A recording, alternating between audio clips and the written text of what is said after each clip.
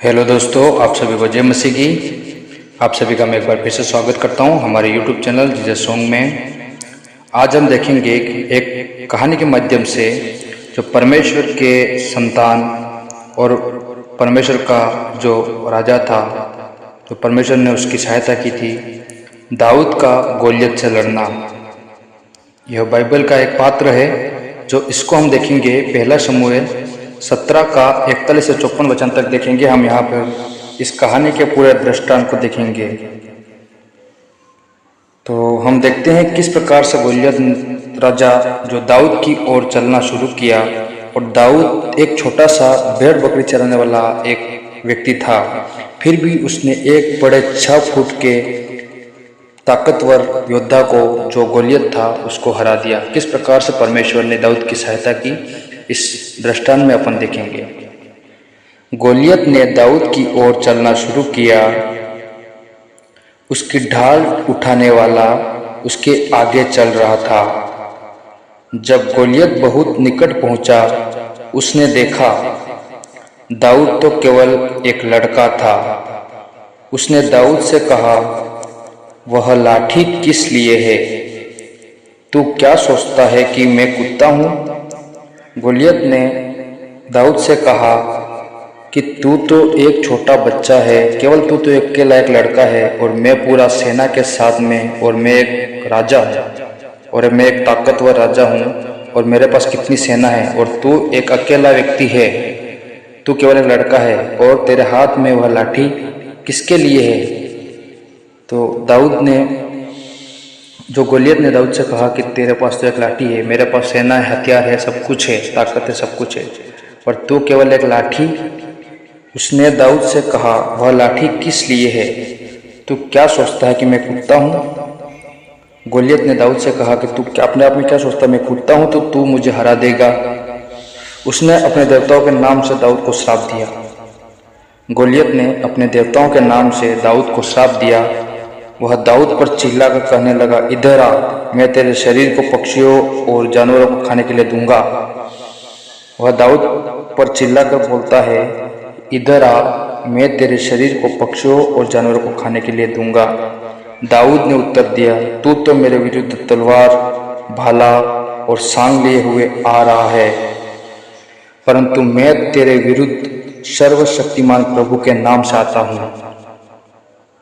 दाऊद ने गोलियत से कहा कि तू तो मेरे विरुद्ध मेरे लिए तलवार, भाला और सांग लिए हुए आ रहा है, और तेरे पास इतनी सेना है, और तू एक राजा है। मैं तो एक लड़का हूँ, परंतु मैं तेरे विरुद्ध परमेश्वर सर्वशक्तिमान प्रभु के नाम से आता हूँ, जिसको तूने तुच्छ जाना है। आज के दिन प्रभु तुझे मेरे अधीन कर देगा। मैं तुझे हरा दूंगा और तेरा सिर काट दूंगा। मैं तेरे सिपाहियों की लोथों को पक्षियों और जानवरों को खाने के लिए दूंगा। जब दाऊद ने गोलियत से कहा कि तू परमेश्वर को तुच्छ जानता है, और मैं सर्वशक्तिमान पिता परमेश्वर के नाम से तुझसे लड़ूंगा, और मैं तुझसे हरा दूंगा, और यह सब कुछ मेरा अधीन कर लूँगा, तेरा सिर काट दूंगा। मैं तेरे सिपाहियों की लोथों को पक्षियों और जानवरों को खाने के लिए दूंगा। तब सारा संसार जान लेगा कि इजराइलियों का एक ही परमेश्वर है। सब लोग इस बात को जान लेंगे कि प्रभु को अपने लोगों को बचाने के लिए तलवार और भाले की आवश्यकता नहीं है। वह सदा अपना युद्ध जीतता है। वह तेरी सेना को हमारे लिए हरा देगा। गोलियत ने पुनः दाऊद की ओर बढ़ना शुरू किया, और दाऊद शीघ्र ही उसकी ओर दौड़ा। उसने अपनी थैली में से एक पत्थर लिया। दाऊद ने गोलियत से कहा कि मैं तेरी सेना को हरा दूंगा, और हमारा परमेश्वर सर्वशक्तिमान परमेश्वर वह हमारी ओर से लड़ेगा, और तब तेरी संसार और लोग जान लेंगे कि इजराइलियों का एक ही परमेश्वर है। सब लोग इस बात को जान लेंगे कि प्रभु को अपने लोगों को बचाने के लिए तलवार और भाले की आवश्यकता नहीं है। वह सदा अपना युद्ध जीतता है। ऐसे कहते ही गोलियत ने पुनः दाऊद की ओर दौड़ना शुरू किया, और दाऊद शीघ्र ही उसकी ओर दौड़ा। और दाऊद ने अपनी थैली में से एक पत्थर लिया और उसे गोलियत पर मारा। वह उसके माथे पर लगा और उसकी खोपड़ी फट गई। गोलियत इतना बड़ा राजा था, पर फिर भी दाऊद एक बच्चा था जो भेड़ बकरी चराने वाला। उसने परमेश्वर के नाम को लेकर, सर्वशक्तिमान परमेश्वर, इस्राएलियों को परमेश्वर का नाम लेकर उसने अपने थैले में से एक पत्थर निकाला और उसको गुफेन में रखकर उसने मारा।